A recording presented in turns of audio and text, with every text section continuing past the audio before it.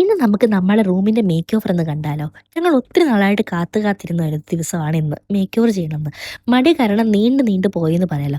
ഈദിന്റെ leave പ്രമാണിച്ച് ഇവർക്കെല്ലാം 3 ദിവസം ഓഫ് കിട്ടിയപ്പോൾ ഭാഗ്യത്തിന് എനിക്കും ആ സമയത്ത് ഓഫ് കിട്ടി. ഞാൻ നേഴ്സ് ആയതുകൊണ്ട് എനിക്ക് ഇവരുടെ ഓഫ് കിട്ടല് വളരെ കുറവാണ്.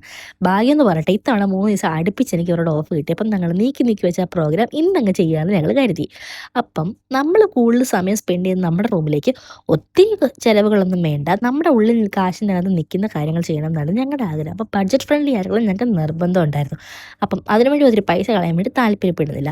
അങ്ങനെ നമ്മുടെ കയ്യിലുള്ള സാധനങ്ങളൊക്കെയാണ് നമ്മൾ റൂം മേക്കപ്പിന് വേണ്ടി ഉപയോഗിച്ചിട്ടുള്ളത്. നമുക്ക് കുറച്ച് ലൈറ്റിംഗ് ഒക്കെ ഉണ്ടായിരുന്നു. അതെല്ലാം നമ്മൾ ഈ വിൻഡോയുടെ സൈഡിലേക്കാണ് കൂടുതലും നമ്മൾ ഫോക്കസ് ചെയ്തിരിക്കുന്നത്.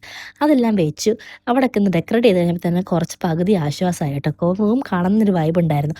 എല്ലാം തൂത്തുവാരി വൃത്തിയായി കഴിഞ്ഞിട്ടാണ് ഞാൻ അക്വേറിയത്തിൻ്റെ സെറ്റിലേക്ക് പോയത്. അക്വേറിയൊക്കെ ഒന്ന് വൃത്തിയാക്കി ഇട്ട് കഴിഞ്ഞപ്പോഴത്തേക്കും റൂമിൻ്റെ മേക്ക് ഓവറേ മാറിയെന്ന് പറയാമല്ലോ. സത്യം പറഞ്ഞാൽ ഇത്രയും സമയം കഷ്ടപ്പെട്ട് നമ്മളത് തിരിച്ച് കാണുമ്പോഴത്തേക്കും ഉണ്ടല്ലോ, നമുക്ക് ഭയങ്കര സന്തോഷമായില്ലേ.